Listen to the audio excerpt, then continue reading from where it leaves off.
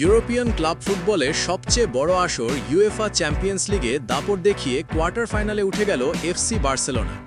দুই লেগ মিলিয়ে ইংল্যান্ডের নিউক্যাসল ইউনাইটেডকে ৮-৩ গোলের বিশাল ব্যবধানে হারিয়ে শেষ ৮ নিশ্চিত করেছে স্প্যানিশ জায়ান্টরা।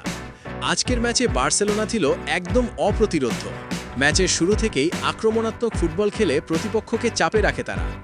দলের অধিনায়ক রাফিনহা ছিলেন আজকের ম্যাচের নায়ক।